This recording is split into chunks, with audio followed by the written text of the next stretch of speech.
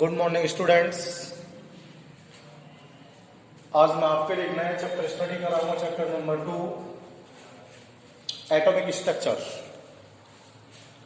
और जो atomic structure मैं आपको स्टडी कराऊंगा उसमें सबसे पहले टॉपिक मैं आपको स्टडी कराऊंगा व्हाट इज एटम। एटम क्या है? अगर सर ने कोई मैटर आपको प्रोवाइड किया है, जैसे कोई मैटर हम लोगों के पास है, बहुत सारे पार्टिकल इस मैटर के अंदर प्रेजेंट हैं,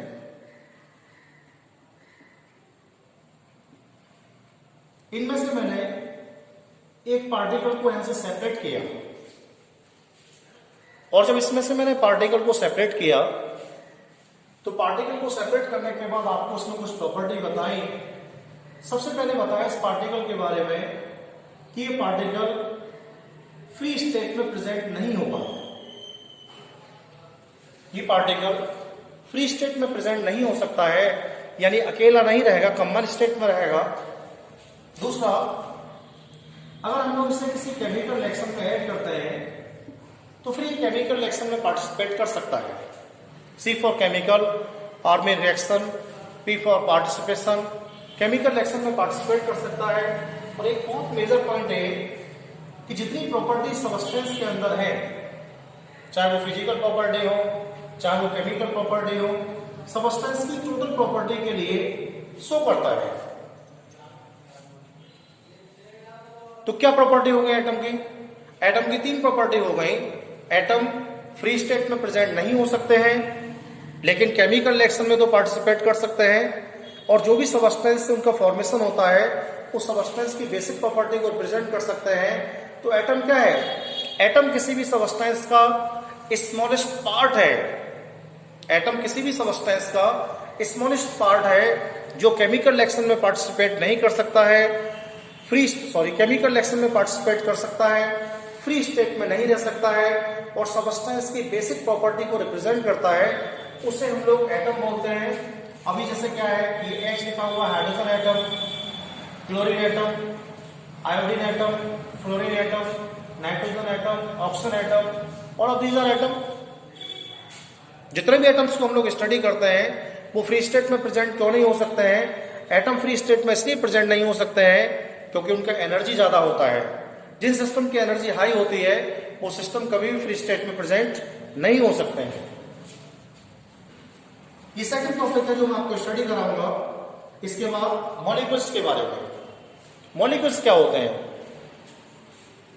अगर हम लोग किसी भी सबस्टेंस को स्टडी करें और किसी भी सबस्टेंस के पार्टिकल को हम लोग स्टडी करें, जैसे पार्टिकल्स है सबस्टेंस के अंदर, इस पार्टिकल के बारे में कुछ ऑब्जर्वेशन मैंने आपको डिस्कस किए। मैंने आपको बोला ये केमिकल रिएक्शन में पार्टिसिपेट कर रहा है, ये फ्री स्टेट में भी प्रेजेंट है, और सबस्टेंस की बेसिक प्रॉपर्टी को रिप्रेजेंट कर रहा है। तो किसी भी सबस्टेंस का वेरी स्मॉलेस्ट पार्ट जो केमिकल रिएक्शन में पार्टिसिपेट कर सकता है, फ्री स्टेट में रह सकता है, और सबस्टेंस की टोटल प्रॉपर्टी को रिप्रेजेंट कर सकता है, उसे हम लोग मॉलिक्यूल बोल सकते हैं। उसे हम लोग मॉलिक्यूल बोल सकते हैं। और एक सिंपलेस्ट टर्म में आपको बताता हूं कि मॉलिक्यूल जो होते हैं वो लो एनर्जी वाले सिस्टम होते हैं। मॉलिक्यूल्स जो होते हैं वो लो एनर्जी वाले सिस्टम होते हैं। मॉलिक्यूल्स की जो एनर्जी है वो लो होती है, और जब मॉलिक्यूल्स की एनर्जी लो होती है तो इसका इंपैक्ट क्या होता है? इसका इंपैक्ट होता है कि वो स्टेबल होते हैं। इसलिए हम लोग कह सकते हैं कि अगर एटम्स को आपस में ऐड कर दिया जाएगा, अगर एटम्स को आपस में ऐड कर दिया जाएगा तो एटम्स को आपस में ऐड करने के बाद हम लोग उन्हें मॉलिक्यूल में कन्वर्ट कर सकते हैं। जैसे मैंने आपको बताना है N equal to N2, OO equal to O2, OO equal to O3, P4, A to S8, जिनमें 2 एटम पार्टिसिपेट करते हैं उन मॉलिक्यूल को डाई एटॉमिक बोलते हैं हम लोग। जिनमें 2 पार्टिसिपेट करेंगे डाई, 3 वाले को ट्राई एटॉमिक बोलते हैं हम लोग, और जिनमें 4 एटम पार्टिसिपेट करते हैं उन्हें टेट्रा एटॉमिक बोलते हैं, और जिनमें 8 पार्टिसिपेट करेंगे उन्हें ऑक्टा एटॉमिक, 6 वाले को हेक्सा एटॉमिक। तो मोनो, डाई, ट्राई, टेट्रा, पेंटा, हेक्सा एटॉमिक मॉलिक्यूल्स पॉसिबल हो सकते हैं। दूसरी बात आपको बतानी है, एटम मॉलिक्यूल के बाद एक कंसेप्ट आया डाल्टन एटॉमिक थ्योरी 1803 में कंसेप्ट आया। जॉन डाल्टन एक साइंटिस्ट था, उसने कंसेप्ट दिया और उसने एटम के बारे में कुछ स्पेसिफाई पॉइंट्स कहे। उसने कहा एटम की जो फॉर्मेशन है वो बहुत स्मॉलेस्ट पार्टिकल से हुई है। यानी फर्स्ट कंसेप्ट में बताया गया कि जो एटम हमारे पास है इसका जो फॉर्मेशन हुआ है वो स्मॉल पार्टिकल के एडिशन से हुआ है। दूसरी बात एक बताई गई, अगर आपके पास कोई सबस्टेंस है, इस सबस्टेंस के अंदर जितने भी एटम प्रेजेंट हैं उन सभी सबस्टेंस की प्रॉपर्टी स्ट्रक्चर सेम होगी। यानी एक ही जैसे सबस्टेंस में प्रेजेंट एटम एक ही जैसे होंगे, उनका प्रॉपर्टी भी सेम होगा और स्ट्रक्चर भी सेम होने वाला है। एटॉमिक थ्योरी का थर्ड पॉइंट ये था, अगर आपके पास डिफरेंट एटम है, डिफरेंट सबस्टेंस है, तो डिफरेंट सबस्टेंस का मतलब है जैसे सबस्टेंस ए हमारे पास है, ये सबस्टेंस भी है। सबस्टेंस ए में जो मॉलिक्यूल्स है, जो एटम्स है, उनकी प्रॉपर्टी और सबस्टेंस बी में जो एटम है उनकी प्रॉपर्टी ऑलवेज डिफर होगी और आप इन प्रॉपर्टी को चेंज नहीं कर सकते हैं। एटम एक यूनिक प्रॉपर्टी को रिप्रेजेंट करता है। फोर्थ ये बताया गया कि एटम जो है वो अनडिवाइडेड है, यानी एटम को हम लोग डिवाइड नहीं कर सकते हैं किसी भी पार्ट में। तो बेसिक टर्म थे, ये कहा गया कि एटम स्मॉल पार्टिकल से मेडअप हुआ है।